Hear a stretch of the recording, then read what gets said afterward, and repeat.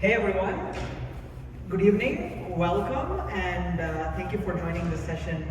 Even though this is a little bit later in the day, I was petitioning to the organizers of Next to get a coffee booth set up right out front so that we can all get our energy up for the session. Nice. But then I realized we're talking about data pipelines. So we're all hyped up for that, right? Yeah. Let's make this the loudest session at Next. So I'm here really excited to talk about data pipeline management today. Now, data pipelines have become really critical for organizations for a variety of reasons, especially as they're managing complex architectures, looking to manage their costs in the face of increasing data volumes, whether that is routing data effectively, reducing data intelligently, or redacting data carefully. Managing data well is more important than ever.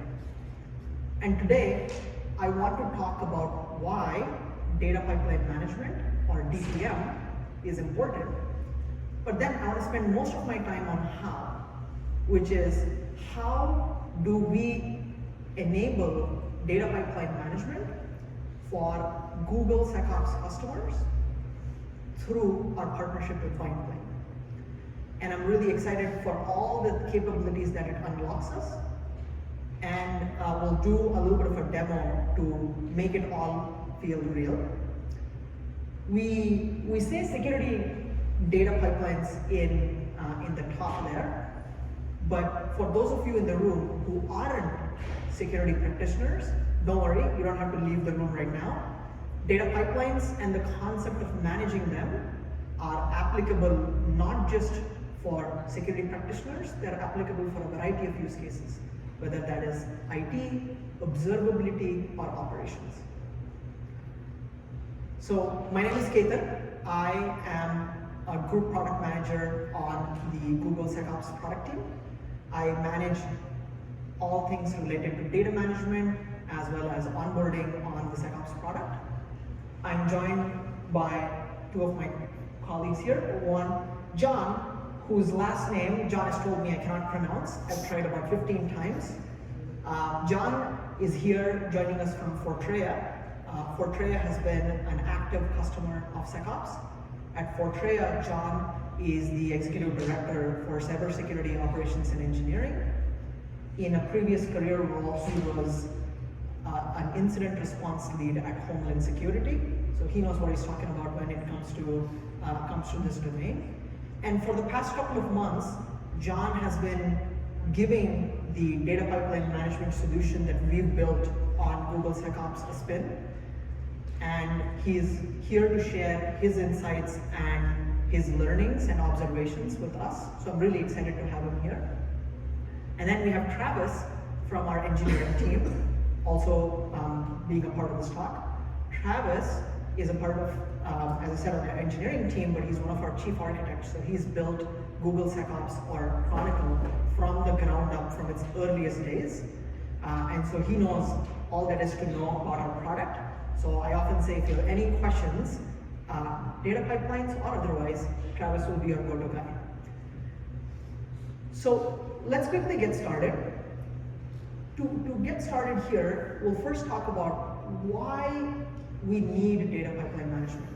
And to get there, we'll have to focus on the problems that organizations face today. And as you're looking at the slide, you may realize that many of these problems are familiar to you. You might have come across them even in your own operations. And when I talk to customers, CISOs, or SOC admins, these issues come up consistently. The first is an increasing complexity in data architecture. As security practitioners, to get to high quality security outcomes, you need to get data from a variety of different sources. This could be your cloud logs, your on-prem data, it could be your application logs, and so on. And what you need to do is you need to get all of these into a single unified place for visibility. That in and of itself, from an architecture standpoint, creates challenges for customers. But to add on to that, what happens often is telemetry that's being sent to security is rarely just being sent there. It's also being sent to other destinations, whether it is your observability or logging destinations, it is being sent to a data lake or a cold storage, it might be sent to some analytic workload as well. So the reality is managing this complexity has gotten increasingly harder. And what makes this even harder is my second point, which is this concern around costs. Teams, now more than ever, are asked to do more with less. You need to get security outcomes faster while tightening your belt. And often what I see customers doing is they will onboard or ingest a very noisy data source, let's say into their SIEM. It racks up their ingestion costs and they are still not able to get the outcomes that they need. Alternatively, what I see customers do is be very proactive in saying, oh my God, I'm concerned about costs, so let me not onboard this data source because I know it'll be noisy, it'll be really hard for me to manage my costs anyway. And this is not a great outcome for the customer or for Google SecOps as a product, because the end deliverable of getting to that high quality security outcome is missed because of a worry around costs. And finally, in an enterprise context, there are increasing data needs. Whether this is compliance related, you may have your geo/regional requirements for compliance, or you may have like an org policy that says, hey, we don't send PII to the SOC. You have these types of compliance needs that you need to adhere to while satisfying all the previous needs, and also along the way optimize data for where it needs to go. So often raw telemetry is not fully optimized for the destinations that you're sending it to. So all of this means that there is like a confluence of different problems: architecture, cost, a bunch of data needs that are really hard for organizations to handle on their own. And this is where I will call on John to not just talk about these problems in a generic sense, but to talk about what they experienced at Fortrea. So John, do you want to go ahead? Sure. Appreciate that. Thank you for the intro. And it wasn't a incident response lead. I was the incident response lead. But aside, corrected. Yes. There can only be one. But that was a long, long time ago. Well, regardless, let me give you guys a little bit of background about Fortrea. Fortrea is a company that's about a year and a half, 2 years old. We split off from a company called LabCorp in July of 2023. Took with us about 20,000 employees and 0 parts of a security tech stack. We had a very unique and fortunate opportunity to build everything from the ground up. I made the calculated decision to go with GSO and to partner with Google across the board. And it's been very fruitful on both sides going from that. We've naturally had to build all our processes, all our tooling right, AppSec, roll, write and tell, everything simultaneously. So tons and tons of work, but more focused on Bindplane and what that means for us, right? We estimated coming off of LabCorp, we were told that we do about 1 terabyte a day. That was the assumption coming from LabCorp, with what they saw. I buffered that a little bit. I said, okay, let's do about 1.5, 1.3 from a contract perspective, right? But we're seeing, as we're now really understanding our environment, we have growing data needs, right? It just keeps on coming. How to make sure that we have good data out there.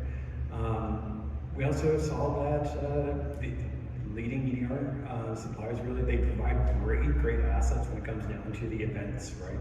Hey, this event happened or this event happened, but the raw logs are usually something that aren't easily provided by any of them, right?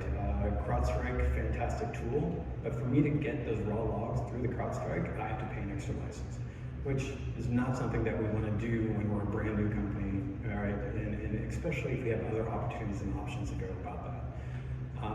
We also had, when we started started, Chronicle forwarders were the way to go. That was really the only option.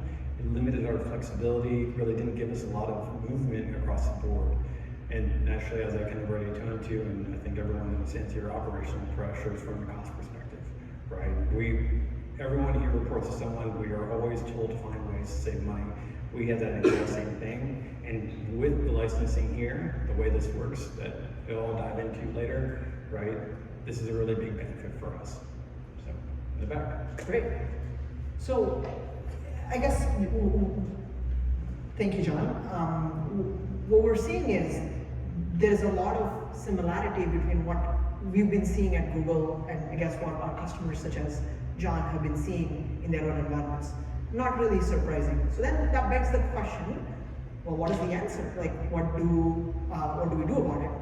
I might have ruined the joke with the early reveal. The answer is robust data pipeline management. And so what robust DPM is essentially it's a central control plane for your data, which allows you to strategically get data from a variety of sources, run operations on top of that data, and then push this data into a variety of destinations as you see fit as a customer.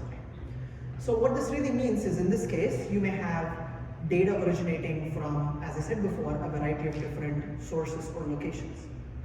And then what you may want to do with this is centrally process it in some ways. You may want to reduce the amount of noise that's within that data. You may want to filter out duplicates. You may want to say, hey, I want to route the low value data to a low cost source.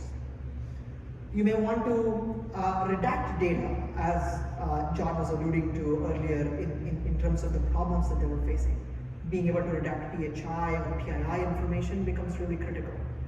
And then typically you have a series of data manipulation and data transformation operations, including enrichment, that get supported as a part of the central processing.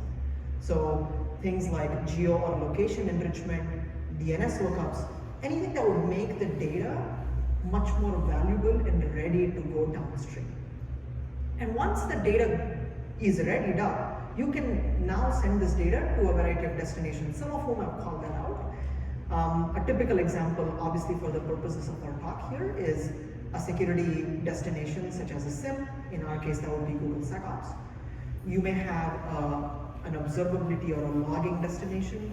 You can have this data go into long-term archival, or with a lot of our AI developments, you may want to send this to an AI workflow as well.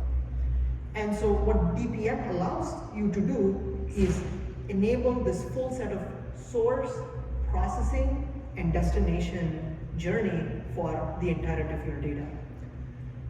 And the interesting thing about this space is that there is a lot of different vendors that are coming up as options for clients, and we're seeing a lot of activity in general in the space. But in particular, now that we've talked about why DPM is important, I am really excited to talk about what we're enabling for Google SecOps customers through our partnership with Bindplane. We want to bring market-leading data pipeline management capabilities.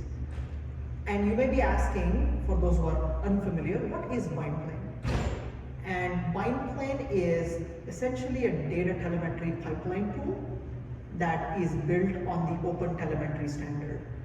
We at Google and SecOps in general have partnered with Bindplane for quite a few years now. In fact, last year we announced support for the Bindplane agent, which is their distribution of the Open Telemetry or hotel collector, which allows you to capture data from a variety of data sources, including Windows event logs. And so this step is a step in extending that partnership to enable data pipeline management. And the beauty of all of this is what we're enabling for customers in terms of value is all of these capabilities are made available for customers at no additional charge. So for new and existing customers, this is huge because you don't have to go ahead and buy something different. You get automatically entitled to certain level of data pipeline management capabilities through your SecOps entitlement. Now, let's quickly unpack a little bit about how this solution with the DPM addresses some of those three problems we talked about earlier. The first is routing. Now, with this DPM ability that we are launching, you can route your data obviously to SecOps, but in addition, you can launch and route this data to any Google destination through your entitlement. So whether this is cloud logging for your observability use case, Google Cloud Storage, or BigQuery for your analytic workloads, all of those data sources are supported right through your entitlement. And beyond that, with certain SecOps SKUs, we are also enabling routing to non-Google destinations for a limited period of time. This is specifically meant for SIEM use cases where you may want to migrate from a legacy SIEM to SecOps, and we want to support that use case. And finally, I mentioned earlier that Bindplane is built on the open telemetry standard. So not only do we support the collection, but we also enable the management of agents and the management of fleets of agents. The next set of use cases around reducing and transforming are supported through in-pipeline processors that are essentially functions that run on top of your data. So think about this as, when I looked at the earlier diagram, the functions that operated in that blue box. So we're able to enable a series of processor capabilities that allow you to filter out data by adding conditional logic, looking at certain pattern matches, etc. So you get like the full flexibility and the granularity of being able to reduce the data through the solution that's available here. And transformations go a similar route where we again can use a series of basic and advanced processors to get to the use cases that organizations are seeking to optimize data for downstream usage. Now, these are perhaps maybe more real when we show them, so we'll dive into the demo in a little bit further down the talk. The one other thing I'll call out is while all of these entitlements are being made available, we want to give our customers choice. And we want to enable that if a customer already has a DPM tool of their choice that they're bringing, we will and will continue to support that choice for our customers. So with that, what I'll do next is hand it off to Travis to talk about each of these capabilities in more detail. Travis? Thanks, Ketan. So we've talked about route, reduce, redact. Let's see what that looks like in the experience that we've put together. When we think about data routing, one of the challenges that many customers have today is the sprawl that they have on trying to do different kinds of use cases where they need data from an endpoint or need data that's being generated from some control surface. This data might be needed for security telemetry and security analytics. It might be needed for IT operations, or it might be needed for archival compliance. With data pipeline management and SecOps, we're able to give customers the power to use a single solution to address all of their needs for routing this data from everywhere it's generated to anywhere that it's needed. This helps customers consolidate down legacy solutions where previously they might have an agent attached to every endpoint for security, an agent attached to every endpoint for IT ops, and an agent attached for compliance, or an aggregator attached for compliance. This creates a huge sprawl in the customer environments and makes it very difficult to manage and maintain a reliable data pipeline. With data management and SecOps, what we're able to do is we're able to take those events through the centralized infrastructure. We're able to send the security ones to your SIEM. We're able to take the IT metrics and put those in a solution like cloud monitoring. And we're able to take even a duplicate fork of your data and put it into an archival offline solution for compliance needs. This allows customers to get the benefit of both worlds with easier overhead. It allows them to have all the data they need for security. It allows them to filter off and routes the data that they don't need for security to a relevant solution, and it allows them to duplicate that data into a compliant data store and a compliant setup that helps them address the needs that they have for their auditors and business disaster recovery needs. Another key solution that customers have been able to achieve with routing with data pipelines and SecOps is being able to migrate from their legacy SIEM solution to SecOps. This allows customers to be able to take a feed of data that they have, like a syslog network log, for example, have it be going into their legacy SIEM solution, have that be feeding into their SOC for the time being, and then duplicate that solution, that data feed, so that it's available in SecOps, so they can test it and validate before they cut off the old feed. Data pipeline management and SecOps makes this easy to do with just a few clicks, so that you can start with the data flowing into your old solution. You can identify what data needs to be moved into the new solution, which oftentimes might even be more data than a customer has today going into their legacy solution. They're able to clone that data feed so that it's going into SecOps. Then they can develop their detection content, their response playbooks, validate that everything looks as it should before they turn off the feed to their legacy solution, ensuring a seamless transition from old into new. And here we've been able to help a public sector customer who needed to migrate from their legacy SIEM and then also clone and duplicate their data into a cold storage with Google Cloud Storage so they could fulfill their audit and compliance requirements. We've talked about routing, but reducing is key to the business requirements that John had talked about and that Ketan talked about, where we need to not only be able to innovate and get to a better solution where we can unlock more value in our data, but also keep in mind that cost efficiency is top of mind for many companies and for many organizations. With data pipelines and SecOps, you can reduce the cost while innovating into a new solution. You can say, hey, we have lots of cloud logs that are coming in, but those cloud logs tend to be very verbose, very duplicative, where you might be getting the same audit event that's just an access event into a storage bucket. We don't need to know every single time that the same job that's supposed to be accessing that storage bucket does.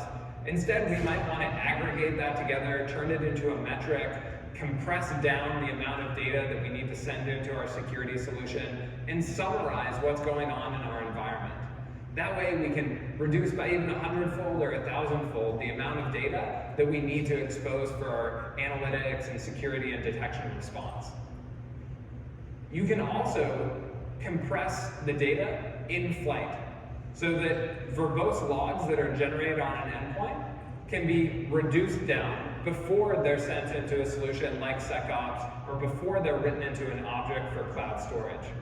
This allows customers to save costs not only on the storage in the end store that they're putting the data in, but also reduce the bandwidth pressure on their on-prem networks or reduce a cloud egress bill if they have a hybrid setup, making it easier to save money while fulfilling your security analytics use.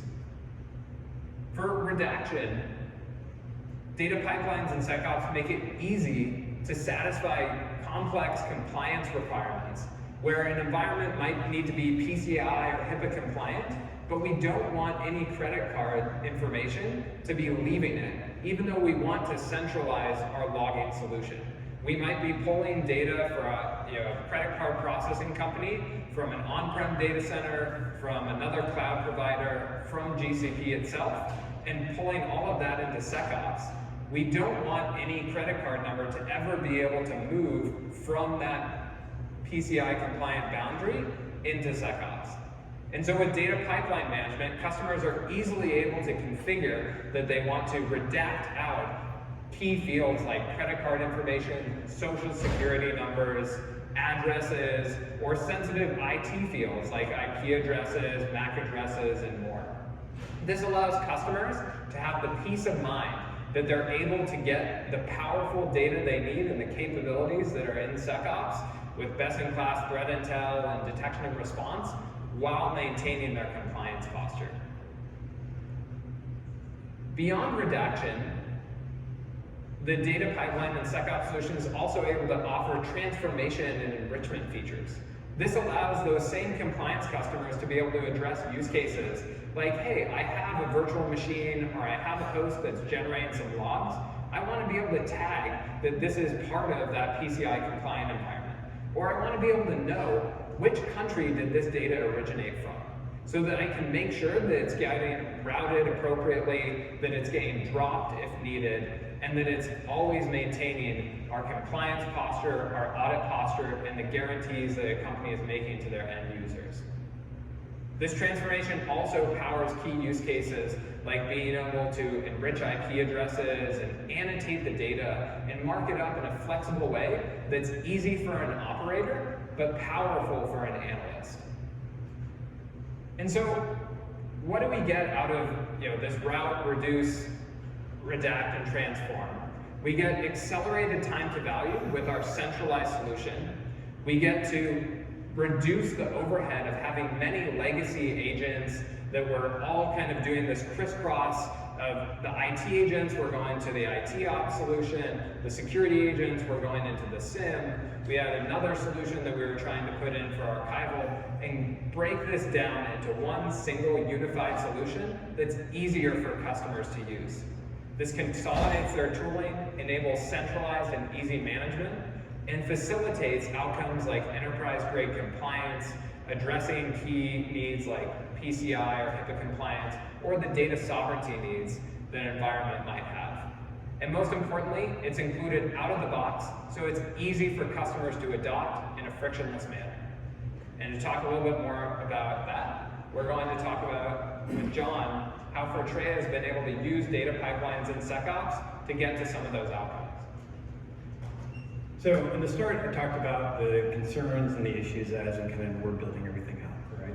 Now let's talk about the solutions and where we're going.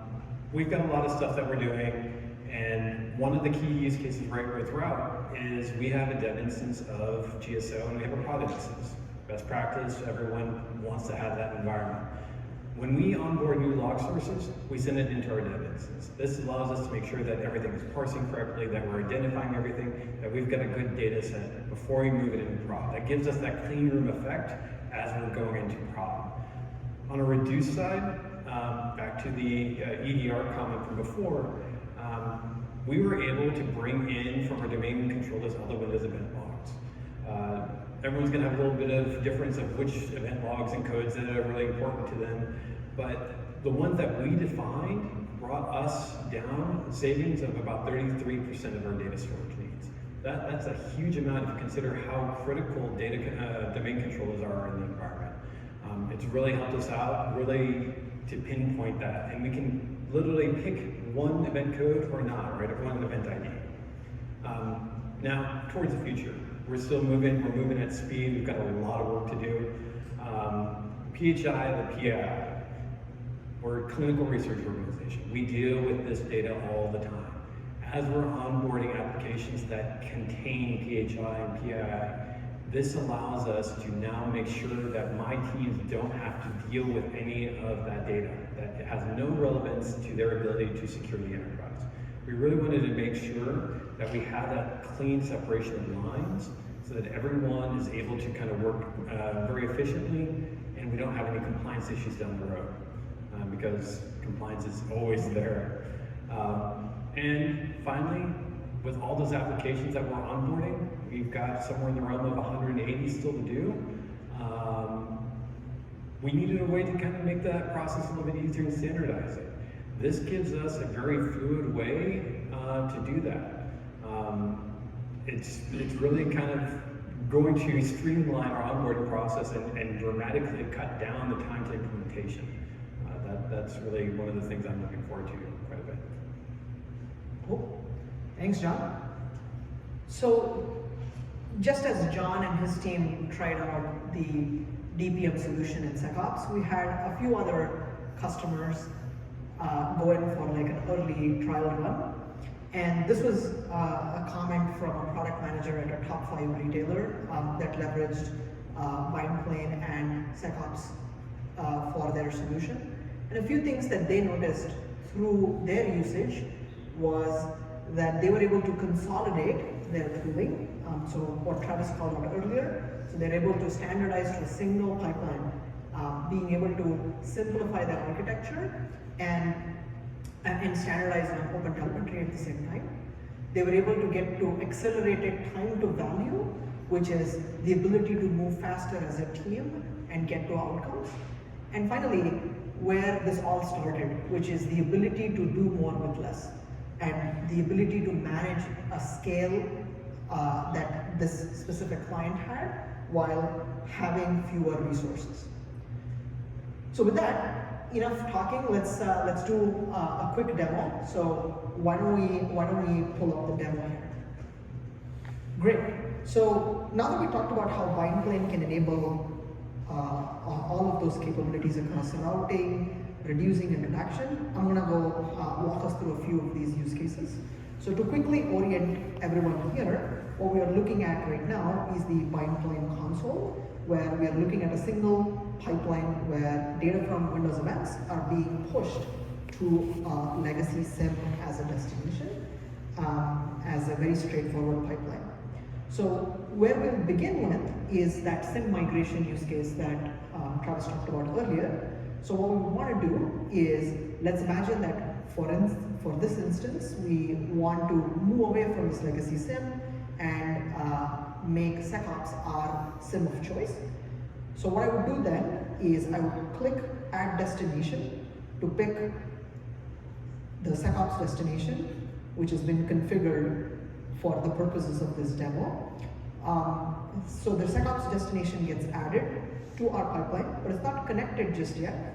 So I'll just click and connect that.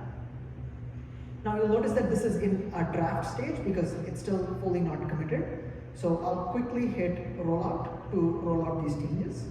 And what's happening now is that the data from Windows events are actually being split and funneled into both the legacy SIM environment as well as SecOps. So you can do all of the validation that you want to do within SecOps to make sure that all the data is flowing correctly, the response content, all of that is functioning correctly. And once you are convinced that this part of your pipeline is indeed working well, you would want to go ahead and remove the legacy SIM, which is, again, very easily doable with a few clicks. So I'll just click on it, click delete, remove, and again, go from a draft state to roll that. So now, all that is happening now is that this data is being pushed into SecOps and exclusively into SecOps. So while that was like a very quick illustration, what we showed was data being pushed to a legacy SIM, being sent to both places, and then only sent to SecOps. Very easy and intuitive to do through the interface. Now, let's imagine that I'm still not fully done with optimizing this pipeline. I want to add another destination where I want to send this data to, and I also want to optimize the data that's going into SecOps. So for now, what I'll do is I'll add a Google Cloud Storage, a GCS destination, and much like I did before, I'll quickly add and connect that to the pipeline. So now, for that second route use case that Travis talked about, you are able to move and push data both to SecOps as well as other Google destinations such as GCS. Now you'll notice that there are some of these nodes that are sitting within my pipeline, which are the processor nodes. You can add any number of these processor nodes to your pipeline.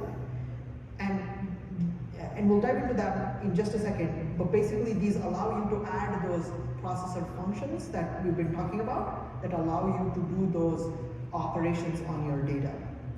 A quick call out is you'll see that some of these numbers are still showing up as zeros or a little bit lower than what you might expect, and the only reason for that is these numbers refresh every couple of minutes, so we'll see them get to a more stable state as we push further along in this demo. So let's quickly click into that processor.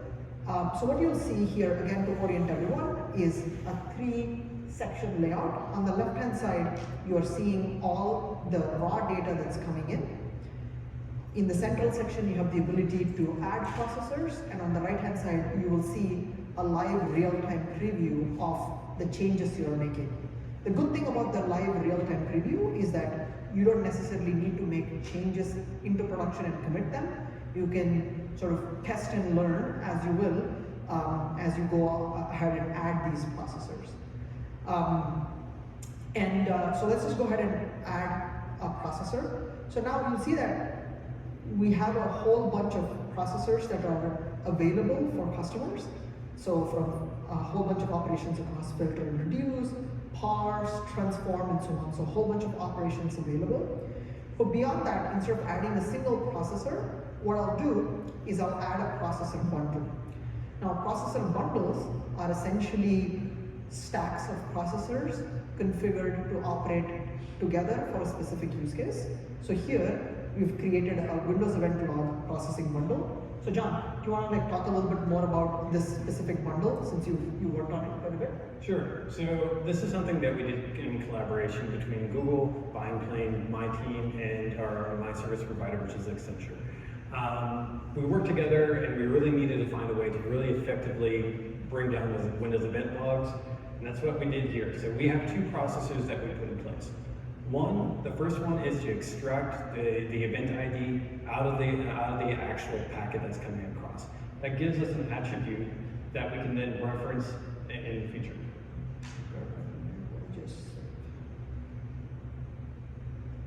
So as you see, that's completely fine. The screen's a little The aspect ratio is off. Regardless, it adds in the event ID attribute, which allows us then to have that second processor, the filter by condition. These are not the ones that we regularly use. These are just for demo purposes. So before someone calls me out and says, "Why are you looking at these?" Demo purpose here. But this gives us really quick flexibility to really add and reduce different event IDs. That's what saves us 33% of our data off of domain controllers. Really helpful. Yeah, amazing. Thank you, John. So what you're now noticing is that this specific processor shows a bubble 1 on it, and that basically indicates that there is like a processor within that specific node. And so if you click it, that'll still show you all the information, and it'll show, actually, it will now show, as you can see, the event ID being extracted as well. So again, I'll just click save here. So let's assume that before I'm fully done, I have one more thing to do, which is to make sure that the data is standardized before it gets into SecOps. Now for those who are familiar with SecOps, you know that SecOps uses parsers to ensure that data is configured and mapped for downstream usage.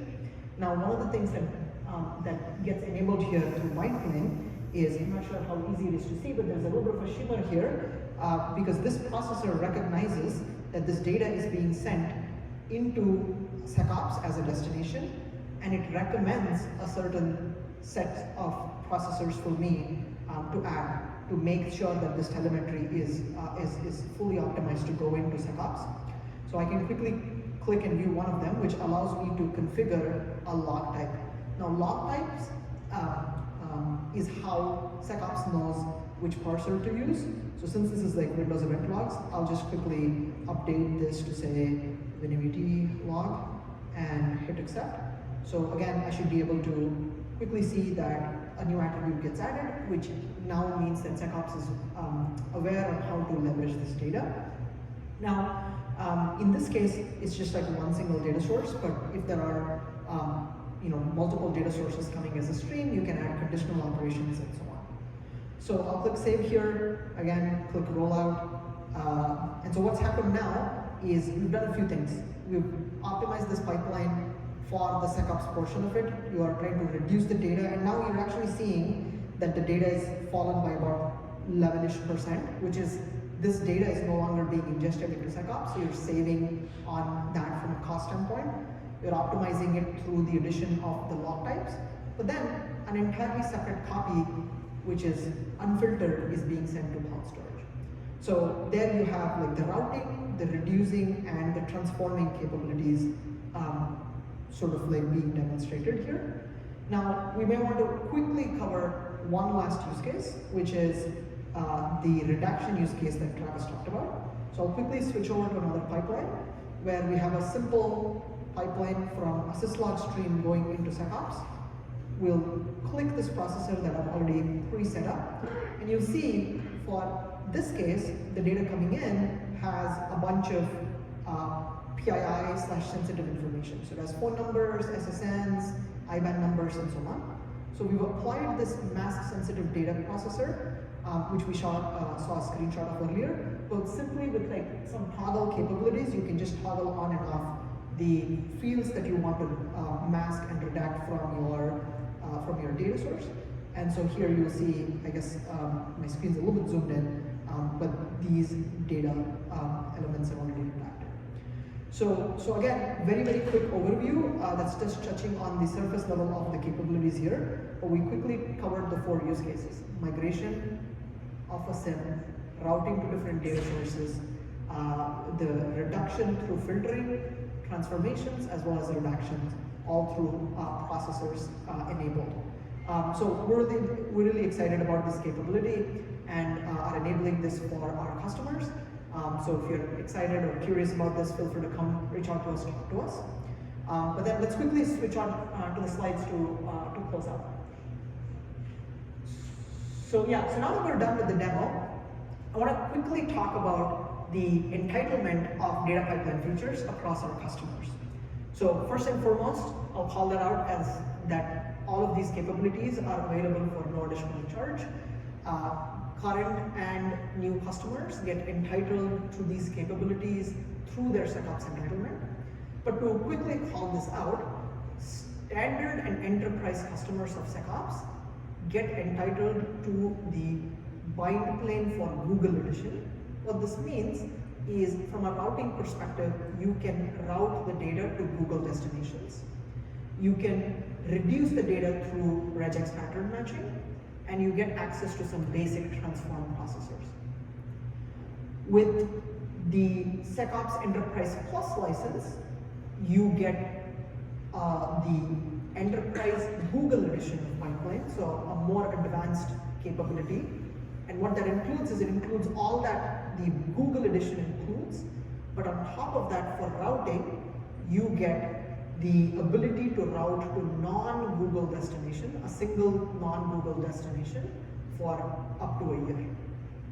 And then you'll get the full gamut of the advanced processors, the capabilities on PII masking, all that we showed during the demo are fully available for you as a part of your entitlement. And then finally, in terms of platform capabilities like gateways for agents, for aggregation, silent host monitoring, or like the agent of fleet management capabilities, that are available and accessible to all customers regardless of entitlement. And so these are available for customers and enabled today. So if you want to access these or leverage these, feel free to reach out to us, reach out to your account team. We also have a rich roadmap of new capabilities that the team is actively working on, from new processors, new sources, new destinations. So we really are excited for what we can collectively enable for our customers. I think we're a little bit out of time for questions, though we're happy to stick around outside the hall for any questions. But I just wanted to say thank you to all here. Thank you to the Bindplane team. Thank you to John for coming out. We're really excited about this capability and what it unlocks for our customers. So hope that you use this, help the product get better and direct us to make this more valuable for you. So thank you, everyone.